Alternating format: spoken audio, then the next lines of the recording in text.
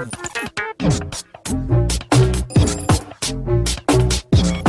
guys, and welcome back to the channel. If you're new around here, my name's Amar and I'm an electric skateboarder and content creator based here in the UK. My goal for this channel is to be a resource for e-skaters through reviews, tutorials and ride videos. So if any of that is of interest to you, smash that subscribe button and join me on this journey. Now, in this video, I'm bringing you my long-awaited full review of the Flux AT2 and also our intense durability test of this board. I've been riding the AT2 as much as I can since receiving it around 6 months ago, and I've been testing how the board handles with day-to-day use. Before we get into this review though, please hit the like button. It really helps get this video out there. And if you're new, please subscribe. I would really appreciate that. Full disclosure, Fluxmotion did offer me a really nice discount on this board for me to bring you this review, but as always, the review is still completely unbiased and I'll be sharing my unfiltered experiences. As this will be an incredibly detailed review, it will make for a very long video. So if you're only interested in one portion of this review, I've left some timestamps for you on the screen just here and also in the description, which you can feel free to skip to. But without any further ado, let's just dive straight into this one.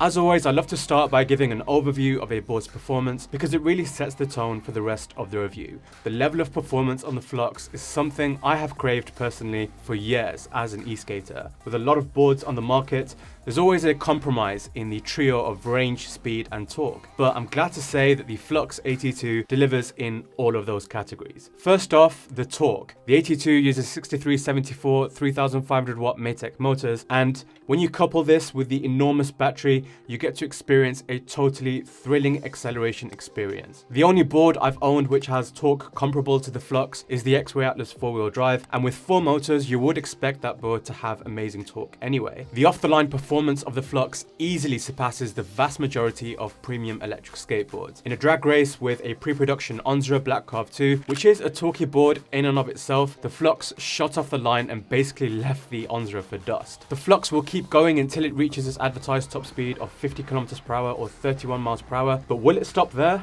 Hell no. At my weight of 107 kilograms with a bag, I've reached 34 miles per hour easily on the Flux, and my friend Dave has even taken his board even faster to 37 miles per hour. I have no complaints whatsoever with the speed which my AT2 can reach. If, for whatever reason though, you did want even more speed than this, you could technically change the gear ratio, but I don't think this is recommended. Let's move on to range now and first take a look at the battery the board is using. The Flux AT2 boasts a battery configuration of a behemoth 12S 11P rated at 1500 watt hours. Absolutely bonkers. The cells used in the pack are either Samsung 35E cells like in my board or Molicel M35A cells. I'm guessing current battery supply in the market will determine what cells you get in your board, but it won't have any big difference on your range having one set of cells over the other. To charge this battery, the board comes with an extremely high quality 10 amp charger with an inbuilt fan, so despite the massive battery size, you can expect a full charge in only about 4 hours give or take. So the battery on this board is clearly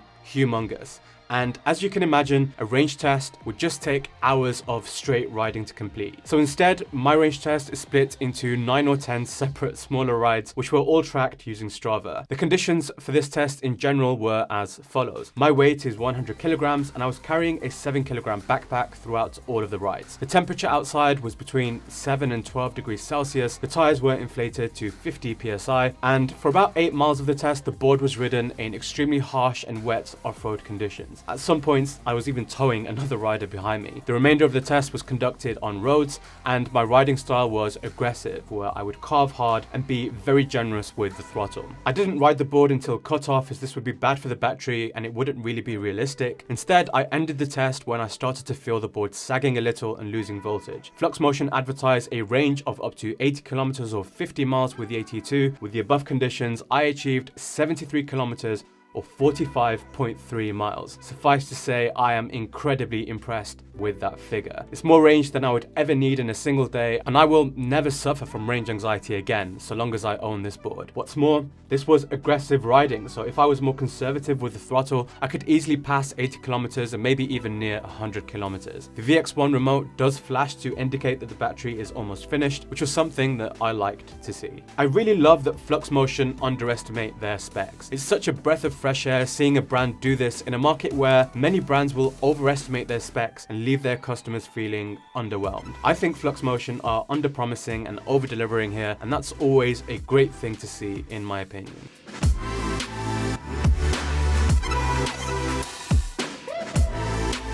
The build quality on the Flux AT2 is simply outstanding. There is no part of the board which feels lacking in quality, and it's clear that every component has been carefully picked or in-house developed by Fluxmotion to make the AT2 as good as it can possibly be. Some custom parts include the injection molded battery enclosure, the PCB board for the battery pack, and battery design in general, by the way, which is fixed securely with screws rather than glue, and even the deck, which features a polyurethane sidewall that will serve to protect it over time. The 68T wheel poly is composed of aluminum metal, which is a really nice touch, and the belts are 20mm wide, so they should withstand a lot of usage. Across the rest of the board, only parts from extremely reputable brands are used. For instance, the MBS Matrix 2 trucks, the 6374 Maytech motors, the Foxbox Unity motor controller, and the FlipSky VX1 remote. Amalgamate these quality components into one product, and you get an incredibly reliable and high-performing electric skateboard that will last you a long time and survive highly intensive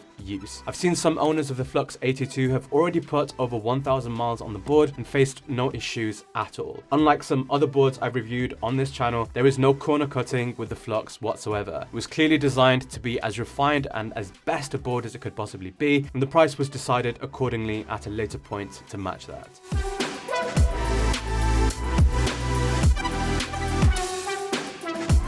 If you were to ask me what sort of board the Flux AT2 was, I would categorize it as a boutique street cruiser, a board designed to dominate the roads and perhaps handle some very light dirt trails occasionally. I already know that this board is really reliable on the roads, having ridden it for 6 months, and apart from the top speed tests which we did, there isn't really much we can do during street rides to test the Flux to its limits and see what it can really handle. In the last section I praised this board for its build quality. Well, me and a friend of mine, Dave, put this to the ultimate test. We really punished our Flux AT2s, taking them real off-road riding in very wet conditions to see how they fared. This was by some margin the most off-roading I've ever done on an electric skateboard.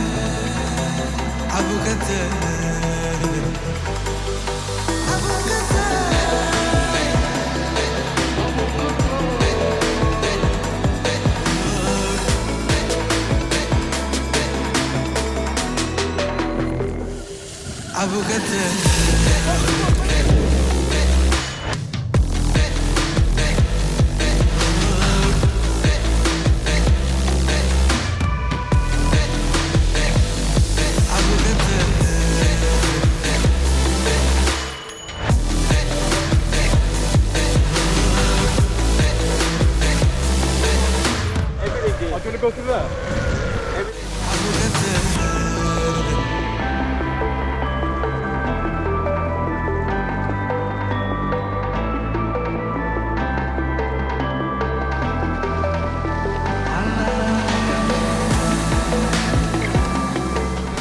Oh my god! Yeah!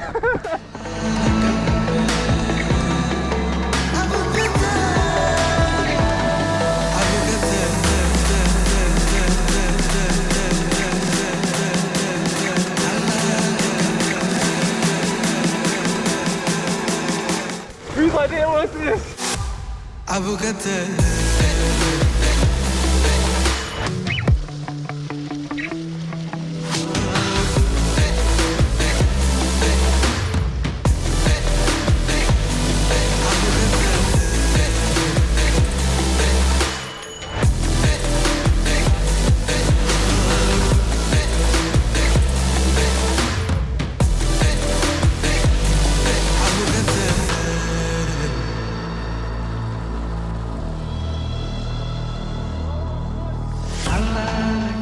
These were made for the roads, not this. Yeah, you need some off-road tyres. Yeah, exactly. This is ridiculous now. I think I need to buy some new shoes. I think you need to buy some new board.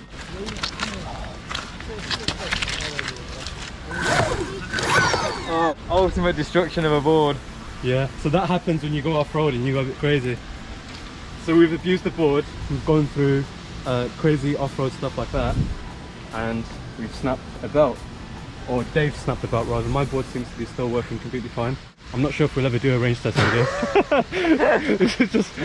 If we do, we'll be in a simmer. Yeah, and this is the third time we've planned this video as well. We've come out and the weather's just not been nice. The two main limiting factors for serious off-roading with this board were low ground clearance because of the large enclosure and a slight lack of grip with the Urban Tread 8-inch tyres. I sat down with Dave after the test and we shared our thoughts on how we think it went. Right, as you can see guys, we're completely caked in mud. We weren't really expecting to get caked in mud today.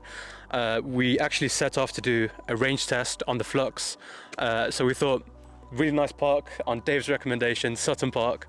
Neither of us have been here before, but it did seem to be a really good place to do the range test.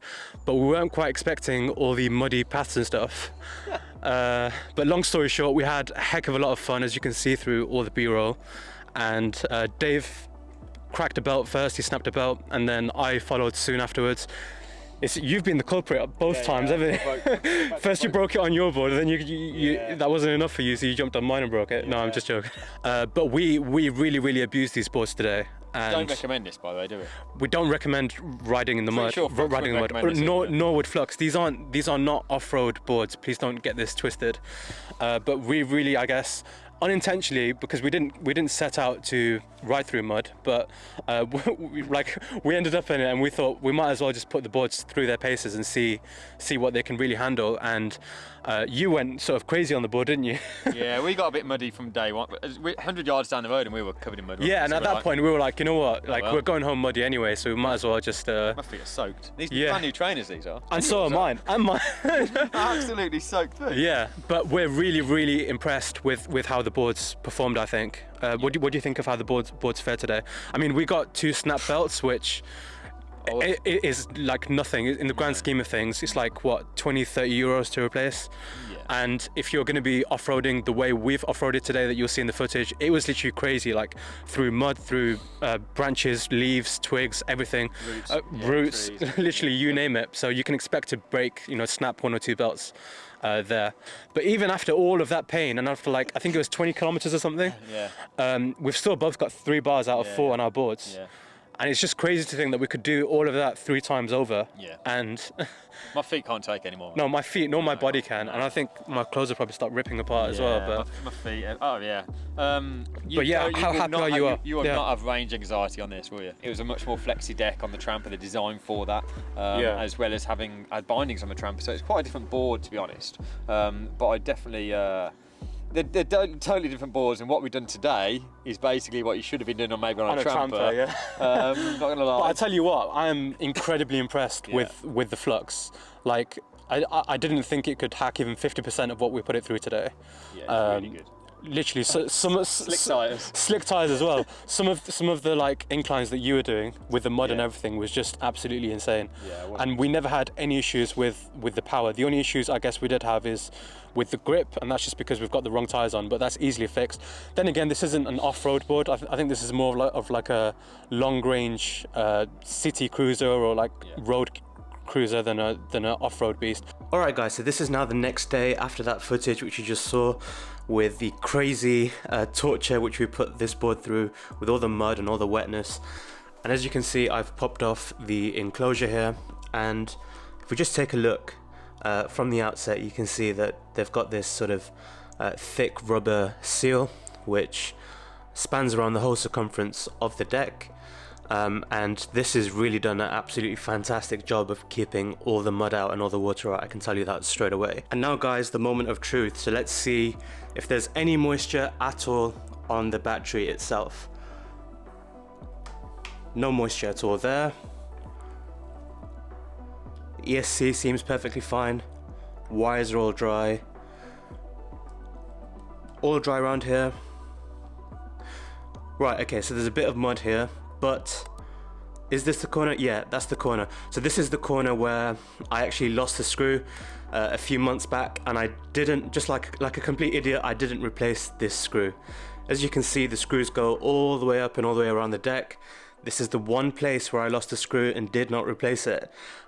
In my defense, I wasn't expecting to ride through mud yesterday, but yeah, that's the one place where mud has got in.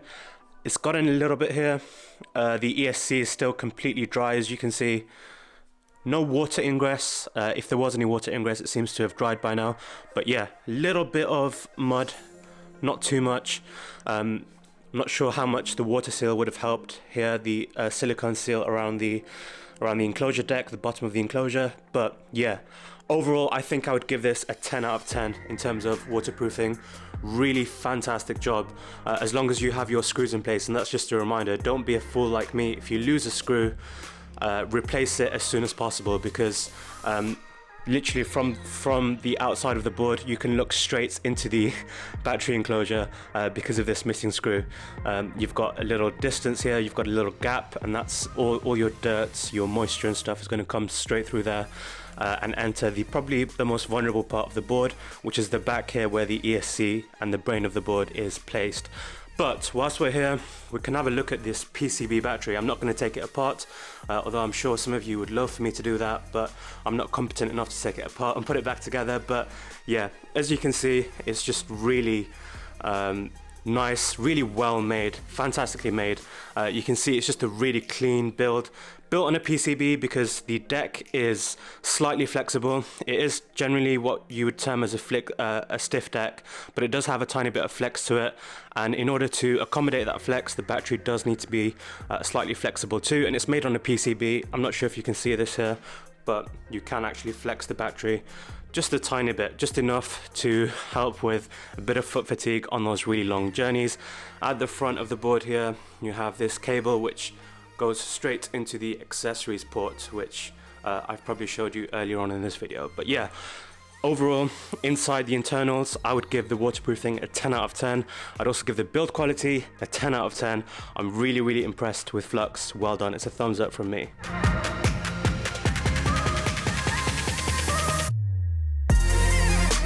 After mine and Dave's Flux durability test, you could barely make out that our boards were even electric skateboards. There was almost no place on the exterior of the board where mud didn't reach. This begs the question of how easy it was to clean and maintain the board after it reaches such a state. Well, the answer is shockingly easy. After 5 minutes of gently brushing the deck and pouring water down on it with a jug, the surface dirt on the deck was all gone. And because the battery compartment is attached using inserts from underneath the deck, unlike say a carbon fiber board, you don't have to worry about water ingress from above the deck. Add about an hour of wiping down the enclosure, trucks, wheel hubs, and using an old toothbrush to remove dirt from the pulleys and the motors, and your board is as clean as a whistle. It's just really impressive. To the wider point of maintenance in general, it's incredibly easy to swap out a belt on the board or replace a squeaky or failed bearing or fix a puncture. The process is the same process you would expect on virtually any other AT electric skateboard, apart from electric mountain boards, which are notoriously more difficult to maintain,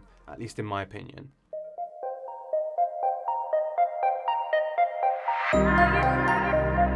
The deck on the AT2 is subtly different from the deck on the first iteration of the Flux boards. The main new addition is the subtle W concave, which feels natural to the feet, and there's also a slight contour around the circumference of the deck. The deck is composed of poplar glass and carbon fiber, and I would categorize it as a stiff deck, but it does have a little bit of flex to it, and this should provide you with a little bit of vibration dampening and shock absorption over those long journeys. The deck is extremely wide and comfortable to stand on, and I love that your feet don't dangle over the edges like on the decks of many cheaper electric skateboards. You also of course have a steep drop down on the front and the rear of the deck, and this is incredibly useful for not only finding your foot positioning but also feeling incredibly planted and stable at high speed, or when you're riding over undesirable terrain where you can just prop your feet up against either side of the deck. The newer deck on the AT2 also features a clean Flux logo and inbuilt inserts for bindings, but more on that later. Linked to the deck is the two-tone grip tape being used on the AT2. Under regular riding, I personally have never had an issue with the grip, and it looks great on the board. It matches the clean and elegant overall aesthetic and theme. The way the grip tape is arranged on the deck though has led some to believe that it's better suited for regular riders rather than goofy. But is that really true? In any case, the brand which supplies this grip tape to Fluxmotion for the AT2 has been experimenting, and it's applied the grip tape the other way around, seemingly to cater for goofy stanced riders. They do make some really awesome work, so if you're after custom custom grip tape, do hit them up on Instagram. Their handle is right there. I haven't had any issue with my board's grip coarseness under dry or lightly wet conditions, but under the durability test where the deck was caked in mud, it was very hard to find grip between my shoes and the surface of the board, and I really had to lean my feet against the drop downs to find stability. Whereas on David's board, which was using DopeGrip, there was noticeably more grip and feedback, and that's thanks to the coarser grip tape and foam layer underneath the DopeGrip sheet. Take a look. And the other upgrade you've got on your board is you've got DopeGrip.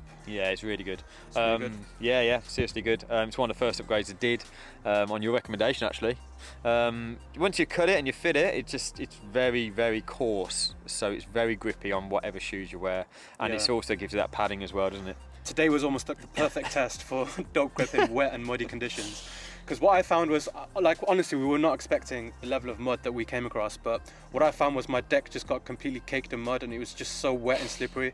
And if not for the drop downs, I would have fallen off the board like 500 times. But the drop downs, I was just like propping up my feet up against the front and the back, and that's how I stayed on the board. Yeah. But with Dave, I think you probably had a bit more grip with the DopeGrip, because it's just more coarser, isn't it? Yeah, 100%. They're definitely worth an upgrade. I mean, the tape on it is very good for on the road when you're not riding through mud and stuff. But DopeGrip should be put on every board as standard, I think. So with my deck, it's really slippery with this mud, and this obviously wet on the deck.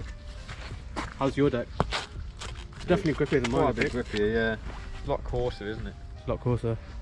Do you find yourself slipping off the deck? No. Right, that's good. I actually have a sheet of DopeGrip which I'll be installing onto my own board the moment this review goes live, because as well as offering enhanced grip under bad conditions, it also offers a great level of vibration dampening which will make longer rides on the Flux more comfortable, especially as it's a sort of stiff deck that's been used on the AT2.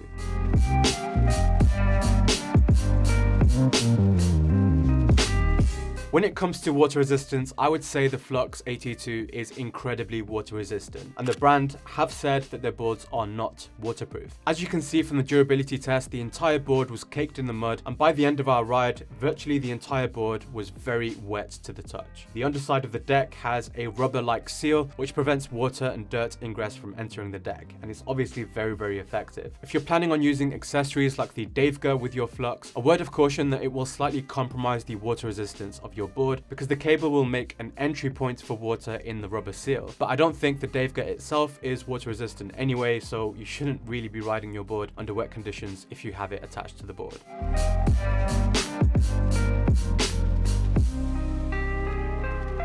I realise that ride feel is a very subjective thing and often hard to convey, but as this is my review of the board, I wanted to share that I absolutely love how the Flux AT2 rides and responds under your feet. The combination of the deck, trucks, smooth acceleration and high power makes for an incredibly joyous ride every single time you take the board out. The handling is really beautiful and responsive, and even if it's not right for you out of the box, it's easy to fine-tune the board to your desired ride feeling, as we will talk about in the customization section later. I've ridden a couple of Lacroix boards in the past, which are probably the closest competition that you can get to the Flux, and I have to say I much prefer how the Flux rides and especially carves. Despite its size, the Flux can be surprisingly maneuverable, and you can really whip it round for some really fun and aggressive carving.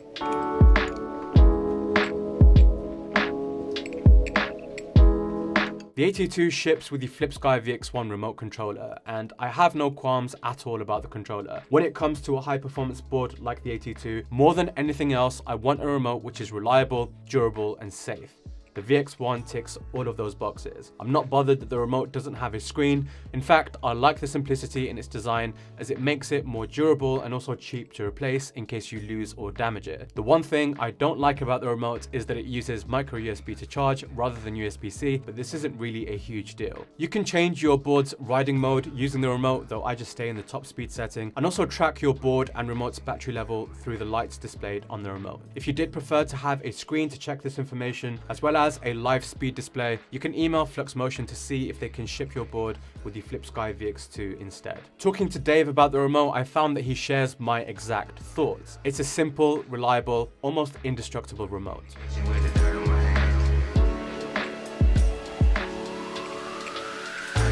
On purchasing the board, inside the box you'll get the board, the remote, a 10 amp charger, extra shock blocks, 2 spare belts, and a service kit with spare bolts and screws. In my last Flux video, I said that the board usually comes with a spare wheel and 68T wheel pulley, but that was a mistake. There are a number of accessories you can purchase from Flux to customize the board to your liking. What I really want to discuss here is the accessories port and lighting set, but let me quickly get the other accessories out the way first. The most obvious way to customize how your board rides and responds is by experimenting with the softer yellow and the stiffer orange shocks which your board comes with. I haven't found there to be any consensus amongst Flux riders on what the best combination of shocks is, though yellows at the front and oranges at the back appears to be a very popular option. It's ultimately about finding the right balance between maneuverability for carving and stability for high-speed cruising. As a heavier rider, I requested that my board be sent with orange shocks in both the front and the rear trucks, and I found this to work perfectly for me. The board is a dream to carve, but equally, I've blasted past 30 miles per hour multiple times, and the board has felt incredibly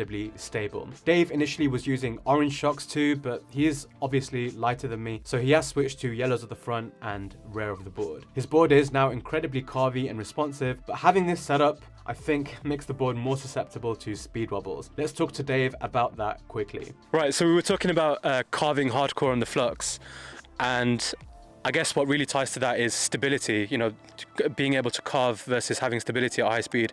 Yeah. We went really, really fast, or at least Dave went really, really fast on the Flux multiple times today. Yeah. What speed did you reach? You went up to 30 something? Yeah, I don't want to look down too much. I've reached about 36 on it, and if you get 36, wow. And if you that wasn't downhill. The spec is slightly out in a good way. In a great way. Like a lot of companies would really overestimate the range and the speed that you get from the board. So as consumers and as customers, I'm sure you guys would be really, really happy to hear that Flex underestimates. So they'll say that you can get 50 kilometers an hour or like 32 miles an hour top speed, but Dave's blown straight past that, and that wasn't even downhill. That was on a straight, wasn't it? Yeah, we were overtaking cars. We were overtaking cars and cyclists that we were pointing at. Yeah. But with that speed, with your setup, and you've got yellow. Front and rear. I was going to call them barrels, but they're not called barrels. Elastomers, aren't they? Yeah. So you've got yellows at the front and rear, and you got a bit of speed wobble, didn't you? As I show on the footage. Yeah. Okay. About that. about the speed wobble. Learn over time kind of how to deal with speed wobbles. Just kind of pray a little bit and drop your body weight. You were almost asking for it because it was like you had a couple of near speed wobbles before, and then you were like, you know what you enjoy is the risk element of e-skating, isn't it? Yeah, so you want to push to the limit and then pull back and recover from it. You want to get to kind of the point of excitement and then and then pull back. Death or more excitement. So excitement, death, on the edge. And otherwise, what's the point? Yeah.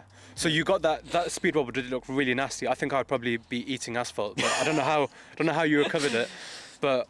Yeah, so do you think if you were on orange, at least on one side of the board, do you think that speed wobble would have still happened? Or? Yeah. No, it wouldn't have. I mean, I've tried your board earlier when I snapped the belt. Yeah. That was all right, wasn't it? And it was totally stable. So with the MBS trucks, they're different to any other truck I've ever ridden. And that includes Tramper, double kingpin trucks, anything like that. Yeah. They're kind of twitchy at the very start, and they do take a bit of setting up. And if you're used to double kingpin trucks or tramper barrels or other setups, then you will feel a bit odd on them initially. But it is just a case of getting your head around, adding tension where you need it, and just having a play really until you get a nice setup. But so talking of having a play, you initially had yellows and oranges, that combination, but then you went back to double yellows. Is that because you wanted more of a carvy feeling, or? Yeah, definitely more of a carvy feeling. I also think climate changes the actual dent, like the rubber of the elastomers. I think in a winter it gets firmer, so it carves less, and in a summer, when it's warmer, very much like tramper barrels, they get a lot softer and it carves a lot more. Yeah. So, hi, dog. Hello. Gonna be in the film. Ultimately, I think it's great that Fluxmotion provides you with both types of shocks in the box and allow you to tune your board to your liking. And remember that you can also gently tighten or loosen each shock once it's on the board too, so you can really fine tune and dial in your perfect ride. Next, let's talk bindings. On the Fluxmotion website, you can purchase freeboard S2 bindings, which work seamlessly with the Flux. The AT2 deck comes with pre-drilled holes underneath the grip tape, so you can simply screw the bindings directly into the deck. I haven't tried the bindings myself, but there does appear to be some mixed thoughts on them. While some love the extra point of connection to the board that these bindings have to offer, Dave has tried them with his board and found the plastic on them to dig into his feet a little and be uncomfortable. I guess ultimately the bindings may be a matter of preference, and in any case the MBS F5 bindings with leather straps are also completely compatible with the deck. However, you can't get out of them as easily in the event of a crash. You had the bindings as well, didn't you? So you upgraded to the bindings. Yeah, so what was I your tried, experience with the half bindings? I tried the bindings. To me, I fitted them. It was easy. They've got the inserts already there. You just need to find them under the grip tape. Yeah. Really, just screw them in. To me, they were a bit too hard on my feet because it's hard plastic, and I'm used to nice, soft, you know, typical mountain board sort of snowboard bindings. So they're quite. Is it not something you could just put like a layer of leather or something underneath? You could do, yeah. I'm sure if they made like a sock or like a leather or a foam sock that went over it, that'd be pretty good. Yeah. But you found that it just dug into your feet. To me, with the shoes I'm wearing, didn't really fit. I don't think so with the Flux, once you get the board dialed in with the elastomers, the bungs really, the orange or yellow bungs, it just takes a little bit of dialing in. And once you've got it dialed in, you don't really need bindings, in my experience. We rode off-road today, and we only fell off a few times. That was purely because of loss of grip or skill. Or lack of skill in my case, probably. Yeah, skill, grip, a lot of things. But I don't think... But you don't think you need them on the Flux? Personally, I don't think you need bindings. Some people probably put them on and love them. For me, I mean, if you were like an absolute carving animal and you had yellows on both sides and you just wanted to just send it like left to right, left to right, left to right, and you really wanted to get in tune with the board, I guess bindings would make sense. Yeah, but we can carve really well on these. Yeah, that's true. I mean, you're heavier than me, and you've got double oranges. I'm obviously lighter than you, and I've got double yellows, and we carve. We do carve quite a lot. We carve really well. I mean, once you get them up to speed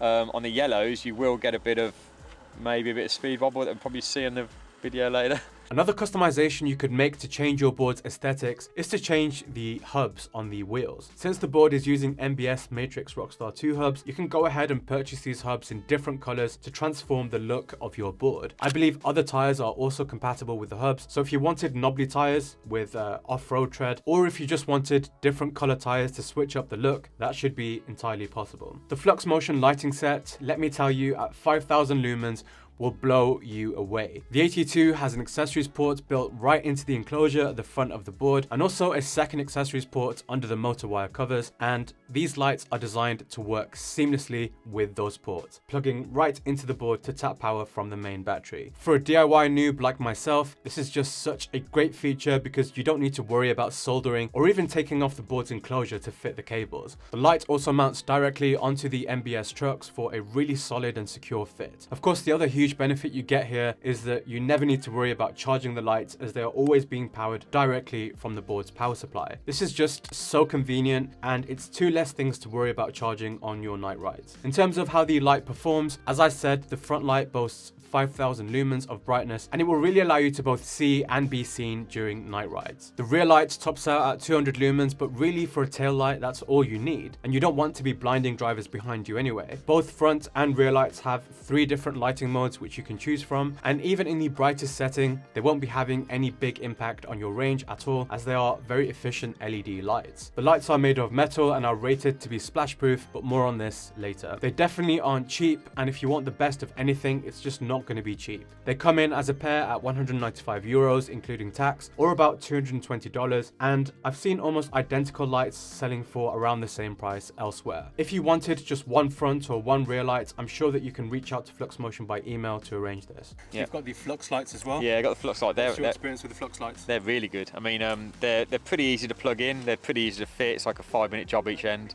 Yeah. They're seriously bright, aren't they? Like, yeah, they're really bright. The quality on them also does look amazing. Like the actual. They fit really well. They sit on the board really well. How do you feel like that you never need to charge them? Because one thing, like I'm a big fan of shed lights. I absolutely love shed lights. You can check out reviews that I've done of shed lights in the past on this channel.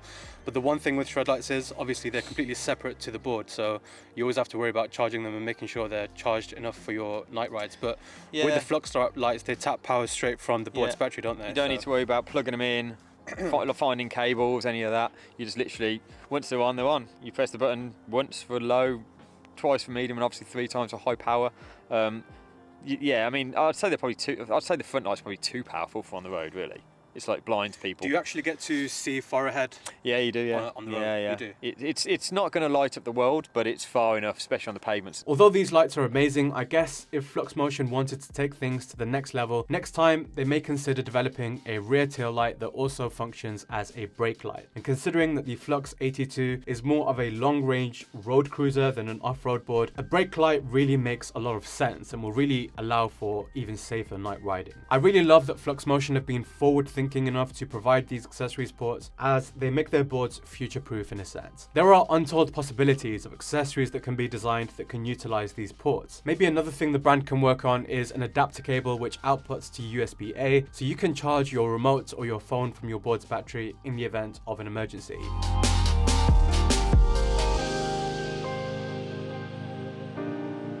Now, I'm not really the kind of rider who enjoys playing around with apps unless it's as good as the app Boosted boards had, RIP Boosted, but nonetheless, there are app options available for those who like to track their cell voltage and other technical parameters. The best apps which you can use with your Flux AT2 are probably the Yours Truly and Stormcore apps. This is all possible due to the ESC used with the AT2. My board is using the FLUXbox Unity motor controller, which is infamous for its reliability, though I believe some AT2s also ship with the BKB Zenith controller, which I'm sure is just as good. Fluxmotion had actually developed their own ESC, but this isn't currently being used in the AT2 lineup. We may though see it in a future iteration of the Flux boards.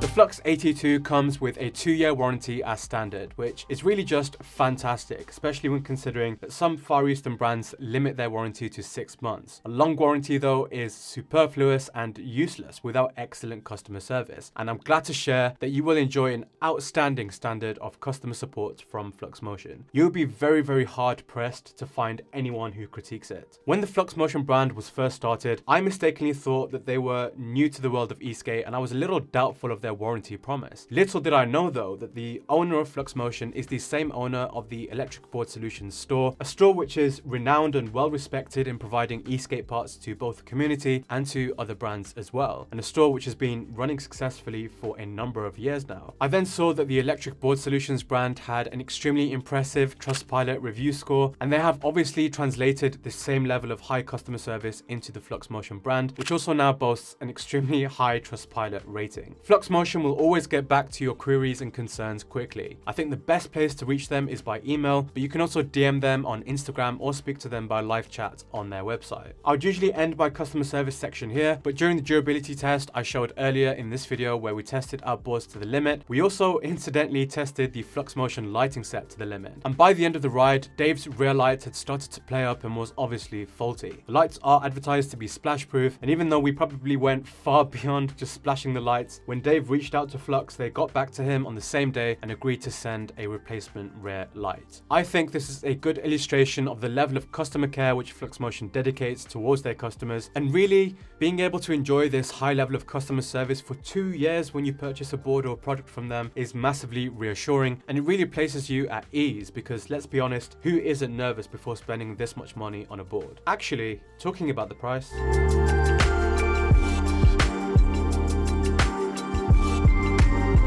the price of the Flux AT2 will vary slightly depending on where you're ordering to and the tax regulations in your country. You'll be paying though in the region of $2,650 or €2,355. That puts this board's pricing only marginally higher than the Evolve Hadian, unless you're in Australia. I honestly think the amount of performance and quality you get for your money with the Flux is quite remarkable. This is a board which will last you for years to come, and really a board which will cater to your every need, as it offers that combination of range, speed and torque. Saying that, if you're making the natural progression from a 2-in-1 premium board to the Flux AT2, which is a boutique board, it may take a bit of adjusting to accept the slightly higher pricing range. But really, you're now stepping into another dimension and another category of board, where the price no longer limits the performance, and there is no incentive for cost saving or corner cutting at all from Fluxmotion's perspective.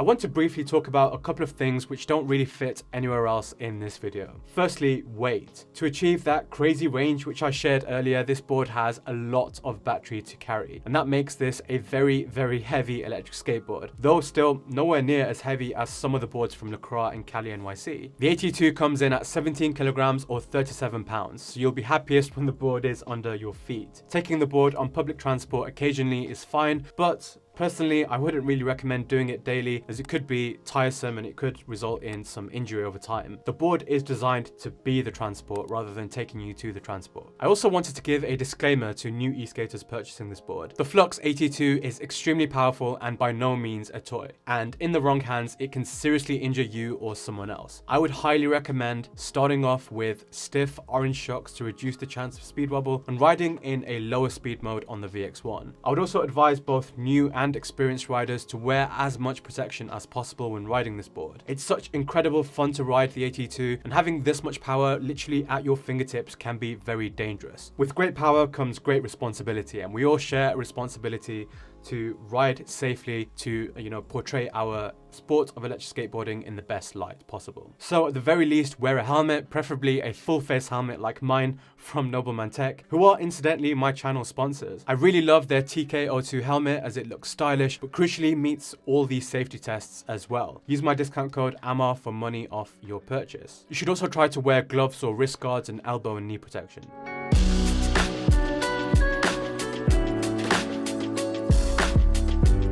So you've ridden the board for around 8 months, give or take.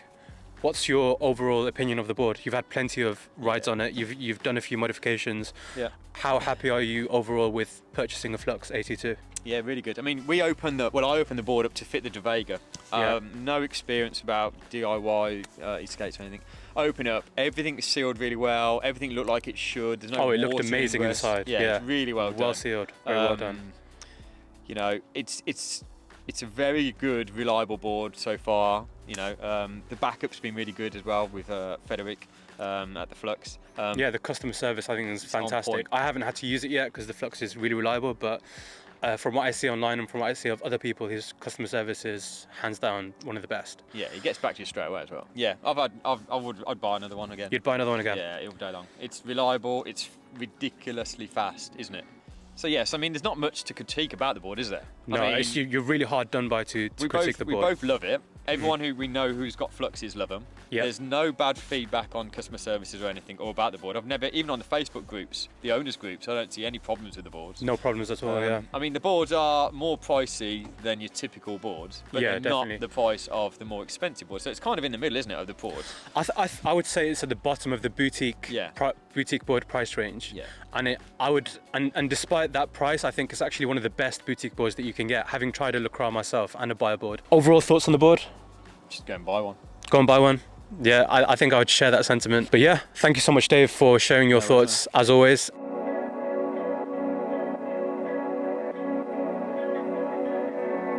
As ever guys, I pride myself on honest reviews, and if there's anything that I think can be improved, I'm more than happy to mention it. I have just one criticism to make of the Flux AT2, but it's nothing that would ever stop me from pulling the trigger on this board again and having the privilege of calling it my own. When receiving the board out of the box, a lot of the screws are quite loose, and if you make the mistake of not checking and tightening them before your first ride, you will end up losing a screw like I did. This wasn't just the case for me, but for Dave as well, whose board also came with loose screws. Now this is very easily fixed by applying blue Loctites to the screws once you receive the board, which I eventually did do, but in case it's not obvious from my last video on the backfire fire incident, I have very, very high standards and expectations, and for a board at the price of the Flux, I think it should come ready to ride out the box with no issues whatsoever, regardless of how small the issues are. In Fluxmotion's defense, friends who own boards from other competitor brands like LaCroix say that their board also shipped with loose screws, but as Dave told me, it shouldn't be too hard for Flux to rectify this, as they can simply purchase screws with Loctite pre-applied. Maybe this is just a growing pain for the Flux business though, and they are overworked because of how many orders they receive. Apart from this, I have no other criticisms of the board or brand. I think the price is spot on, and the quality of the board and ride feel in general are just phenomenal.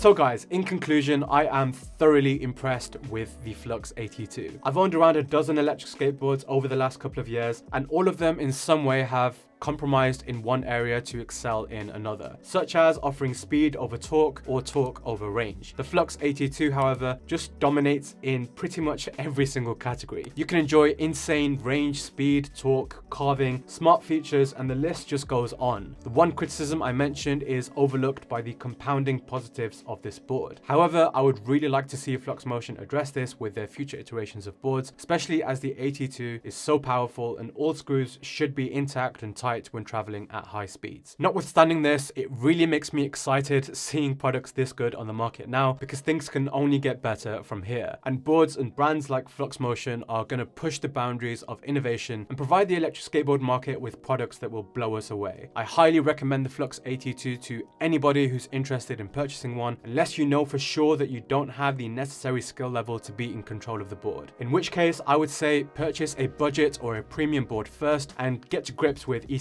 at speed. I put a poll up in the Fluxmotion owners group asking AT2 owners to rate their happiness with the board out of 10, and every single respondent, and that's 17 so far, gave a 10 out of 10 rating, meaning they absolutely love their boards. Everyone I've let try my AT2 has absolutely loved the board and instantly wanted one of their own. I even took the Flux version 1 to Chris and Ricky from Average eSkate Reviews, and they were thoroughly impressed with it. They had a lot of praise for what Fluxmotion are doing. By the way, I really missed watching their reviews, so if you're watching this guys, please get back to making some fire content for us to enjoy. Lastly, I wanted to apologize to my awesome subscribers for not making so many videos. I'm really not the kind of person to make an upload schedule and just make videos for the sake of it, and I'm committed to making content that boasts very high production value and that are also very informative and valuable. Unfortunately, these types of videos take me weeks to produce. This one in particular is taking me almost 80 hours, and it's super hard to find the time alongside running my business and other day-to-day tasks. But when I do release content, I can promise you they will be the best videos on that brand or board. So I really appreciate you guys sticking by. If it's your first time on my channel, please do subscribe and also like the video, and I can't wait to see you guys in my upcoming reviews. I do have the Eovan Super, the X1 Max, and also the Meepo Shuffle reviews coming hopefully soon. If you're still watching this, jump down in the comment section below and let me know what you personally think of the Flux AT2. I would honestly really love to know your thoughts on this board. Thank you ever so much for watching,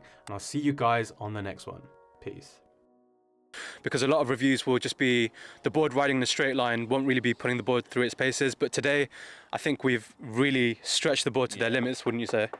And what is this? Just bang your shoes, mate. Just bang your shoes. Why do I keep saying Le Croix? Le Croix. Le Croix. Le Croix. Le Croix. So it's no Le Croix pricing, it's no buy-board pricing, but it's in between that and an Evolve. I don't think my DeVega's working now. I think my DeVega's probably not very good. This is the stupidest idea ever. Yep. I've just got a soaking wet foot. I've got soaking wet everything. Let's go back.